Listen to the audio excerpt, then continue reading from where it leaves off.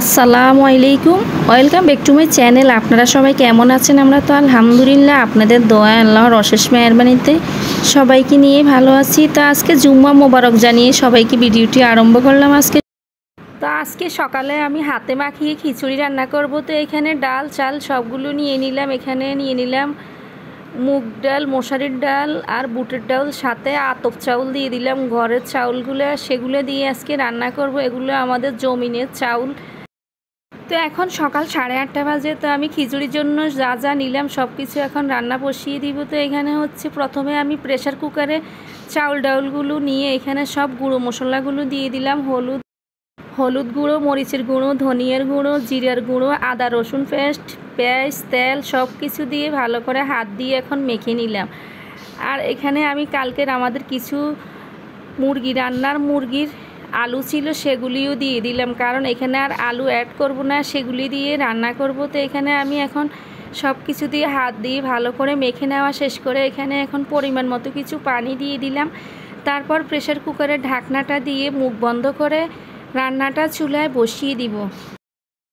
আমি এভাবে হাত দিয়ে মেখে প্রেসার কুকারে কখনোই আর এভাবে খিচুড়ি রান্না করিনি। আজকে প্রথম এই হাত দিয়ে মেখে প্রেসার কুকারে খিচুড়িটা রান্না করতেছি। এমনি কিন্তু আমি সবসময় যেভাবে তেলের মধ্যে ভেজে রান্না করে সেটাই করি। তো আজকে প্রথম রান্না করলাম এই ডাল চাউলে খিচুড়ি হাত দিয়ে মেখে। তো এখন চুলার উপরে বসিয়ে চুলাটা জ্বালিয়ে দিলাম। আর এপাশ থেকে আপিপা ঘুম থেকে উঠে হাত মুখ ধুয়ে আমার সঙ্গে বসে বসে কথা বলতেছে আর বলতেছে যে আম্মু আমি তোমাকে ভিডিও করে দিব। আর আমি এদিক থেকে দুধ চাটা বানিয়ে নিলাম। চাটা বানানো শেষ করে এখানে 2টা ডিম আমি গুলে নিব, কারণ এই ডিম দিয়ে আজকে খিচুড়ি খাওয়া হবে। তো এখন খিচুড়ির জন্য ডিম 2টা ভালো করে হাত দিয়ে মেখে নেওয়া শেষ করে এরপর তেলের মধ্যে ভেজে নিব। তো আমি চুলায় একটি ফ্রাই প্যান বসিয়ে দিলাম। পরিমাণ মতো এখানে কিছু তেল দিয়ে গরম করে নিলাম। এখন দিয়ে দিলাম 2টা ডিম এখানে। তারপর একটা ঢাকনা দিয়ে কিছুক্ষণ ঢেকে রাখলাম। ঢেকে রাখার পর ডিমের উপর ঢাকনা দিয়ে রাখলে ডিমগুলো অনেক ফুলে উঠে। আর এপাশ থেকে চাটাও বসিয়ে দিলাম। চাটাও তো এভাবে ডিম ভেজে নিলে কিন্তু নিয়াজ আপিপা অনেক পছন্দ করে। ওরা কিন্তু সিদ্ধ ডিম খেতে চায় না, তাই সবসময় পেঁয়াজ দিয়ে ডিমটা ভেজে নিতে চেষ্টা করি। ওদের কিন্তু এই ডিম ভাজাটা অনেক পছন্দ। আর এখানে খিচুড়িটা রান্না শেষ। এখন চুলা থেকে নিচে নামিয়ে রেখে দিলাম আর ঢাকনাটা খুলে দেখতেছি। আর এপাশ থেকে ডিমটা উল্টিয়ে পাল্টিয়ে নিতেছি যেন ভিতরে কাঁচা ভাবটা না থাকে। তো ডিমটা ভাজা শেষ করে এখন আমি এটাকে 4টা ভাগ করে নিব। আমরা 4 জনেই মিলে খাবো। তো এখন ভাগ করে তারপর আমি একটা প্লেটে নিয়ে নিব। এরপর সব কিছুই নিয়ে টেবিলে চলে গেলাম।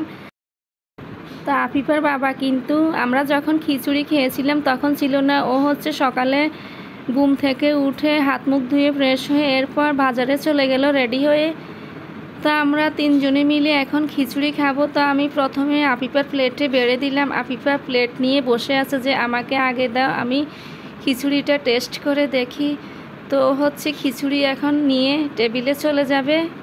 ওরা 2 ভাই বোন সকালের নাস্তা খিচুড়ি, ডিম ভাজি, তারপর হলো পরোটা, আলু ভাজি, চা, এগুলো হলে ওরা অনেক খুশি হয়। ওদের নাস্তা এই প্রথমবার আজকে সকালে হাতে মাখিয়ে খিচুড়ি রান্না করলাম। আপনারা আমাদের মতো কে কে এভাবে খিচুড়ি রান্না করে সকালে বেশিরভাগ খান আমাদেরকে কমেন্টে জানাবেন।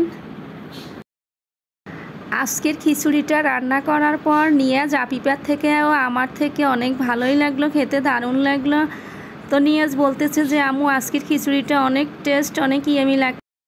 আপিপা সকালের নাস্তা কিন্তু অনেক বেশি খেতে পারে না, ও অল্প করে খায়।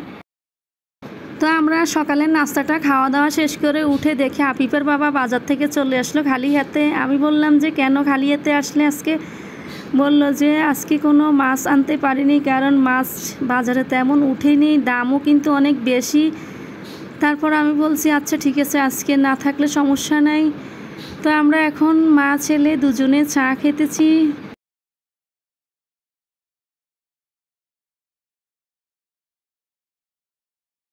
তো সবাই ভালো থাকেন, সুস্থ থাকেন। আজকের মতো এখানেই বিদায় নিলাম। আল্লাহ হাফেজ।